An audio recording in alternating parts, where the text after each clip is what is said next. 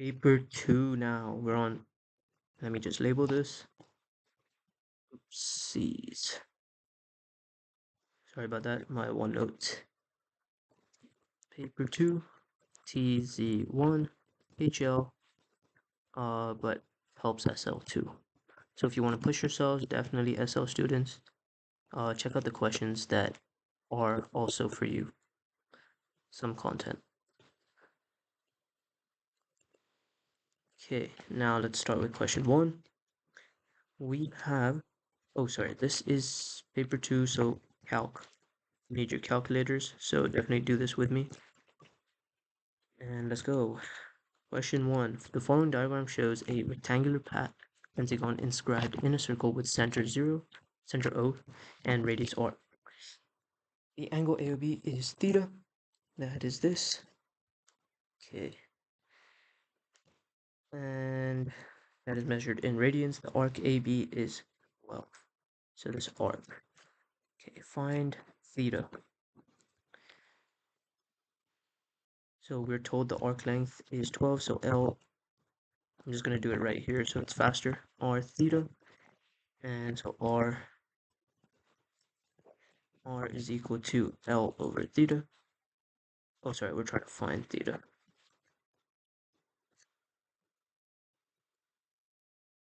Oh, in fact, this is for part 2. Let's do this one first. This is just, think about this. This is quite simple, right? We have 5 sections here, and we know the total angle should be 60. So 60 divided by 5. Okay, but we're talking about radians, so definitely just do 2 pi divided by 5. And we can use our calculator. 2 pi divided by 5.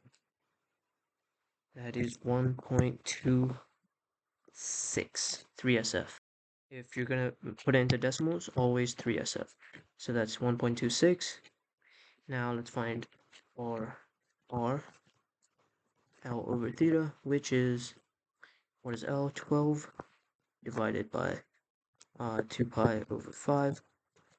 And that is, well, if I comes up, that is 6 times 5, 30 over pi. Right, so that is our radius. And we do not need to convert these into decimals. We can leave it in exact form, and that saves you time on the exam. Otherwise, you can do both just to check. Find the area of the shaded region. Okay, so our shaded region is this, right? So we need to find the area of the circle and subtract it by this pentagon. So let's set up an equation. In fact, let me make these smaller. Okay, let me do B right here. We have area of circle is equal to pi r, we found was 30 pi r squared, and we have area of our pentagon is equal to, essentially, think about this again, we're dividing it into 5 triangles, 1, 2, 3, 4, 5, so 5 times our half base into height. And what we're told is, okay, we're not actually told base into height, but we know our radius and we know our theta. And so this is where we have to use our r squared, sorry, half r square sine theta. And I believe that's in our data booklet. Let me just check. Yes, it is. So let me just write this up here. Area of a triangle is equal to half AB sine C when we have our angle between our two sides. And what we know is this is our radius, this is our radius. So AB is just r squared. So this is an important formula to remember. And it is given in your data booklet. So do check that out. And we have r squared sine. And we know our theta, We know our r. R is 30 over pi squared. Sine theta is 2 pi over 5. And now just plug into your calculator. Area is equal to, it's only 3 marks, so do it quick. We have pi 30 pi squared minus 5, but you do have to show this, right? 2 pi 5. And definitely put it into your calculator. Keep your calculator in radians because we have a sine here. And so let me calculate this. It's going to take some time, so I'll just do it. And I have it. That is 69.664. So I always tend to show all the decimals. So even if I don't have it stored, I can refer back to it. And that is 69.723 SF. Right? And that's our answer. Cm squared. So that's how you do that. Hopefully that made sense. On to the next one, question 2. Particular service group at a school has 10 members.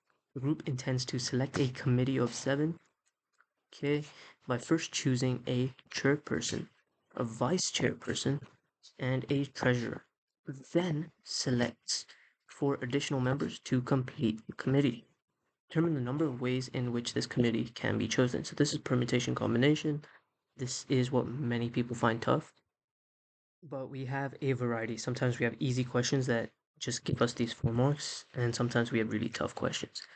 So let's see. We have 10 members. So let's say, and we want to choose a committee of 7. So we have 2, 3, 4, 5, 6, 7, right?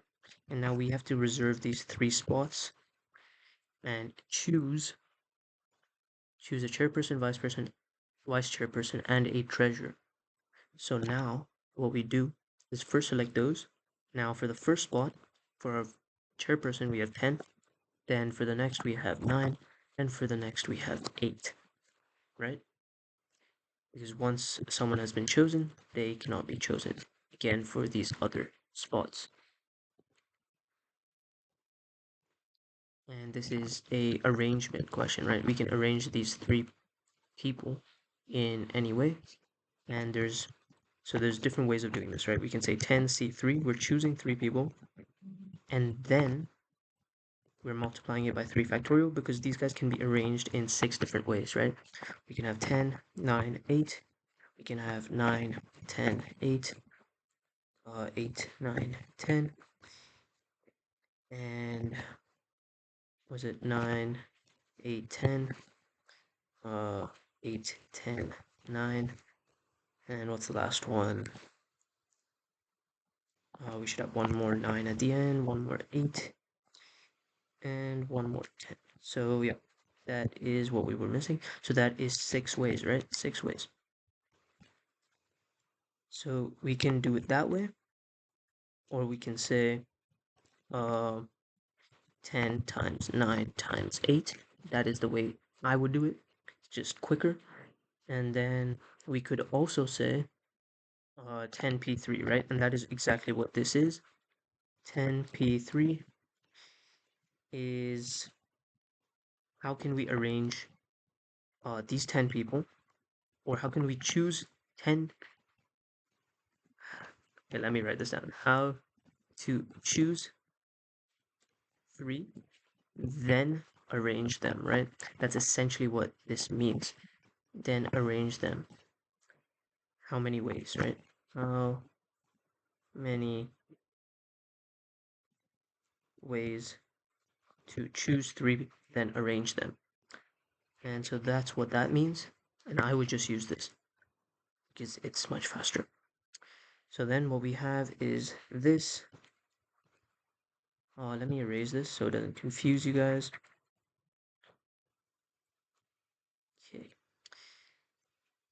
And then we have 4 additional spots, and we have 7 more members, right? 10 minus 3 is equal to 7. We already chose 3. So now we just multiply by 10C3. Now we just have, 10C 4. 7C4. 7 extra members left, and we have 4 vacancies. And it says here, right, select. It's not about arranging different teams, it's about just selecting 4 additional members, and they can be anyone in any order. There's no order. So it's not P, it's C. And that just gives us, let's use our calculator, 10 times 9 times 8 times 7 C4. That's equal to 25200. And that is our answer, guys. Hopefully that made sense. And I will move on to question 3 next. So this is really only 2 steps and you get 4 marks. So if you understand how to do these simple questions, then you can definitely score these marks. So, okay, I'll be moving on to question 3. Hopefully that helped. Do drop a like and subscribe. Have a great week.